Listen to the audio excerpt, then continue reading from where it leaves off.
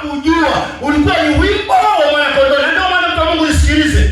Hapa duniani tunaimba, tunahubiri. Ikifika mbinguni kule hatuhubiri tena. Kule mbinguni ikifika ni kumtukuza Mungu, ni kumwimbia Mungu milele yote. Haleluya. Bwana Yesu kwa sifa. Wimbo ambao anautaja hapa tutakwenda kuimba siku ile, wimbo wa Mwana-Kondoo.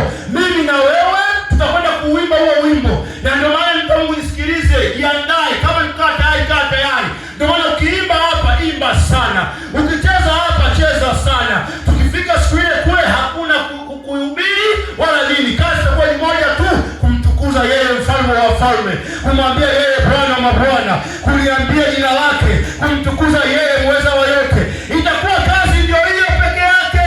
Hakuna atakayehubiri kule, bali tutaimba mbele za Bwana, mbele ya Mwana-Kondoo. Amen. Haleluya. Amen. Na tafakari wa wimbo sijui uko namna gani.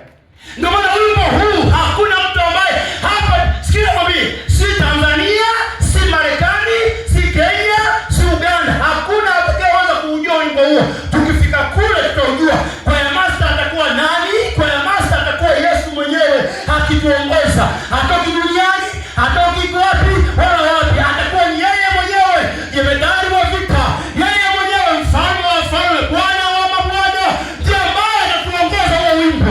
Ndiye ambaye atatuongoza huo wimbo. Wimbo wa Mwana-Kondoo. Haleluya, haleluya. Natamani siku hiyo uwepo mtu wa Mungu. Sasa mwende vizuri ni uwepo. Songa mbele vizuri ni uwepo. Usikubali kurudi nyuma. Tukaimba wimbo wa Mwana-Kondoo. Tukaimba wimbo wa Mwana-Kondoo. Jina la Bwana libarikiwe.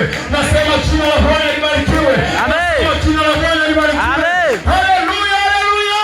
Amen. Sijui wimbo na upataje mimi. Hata kama tunaimba tu ile duniani. Kale nilitembea nikilemewa dhambi, nilikosa msaada kuniponya mateso.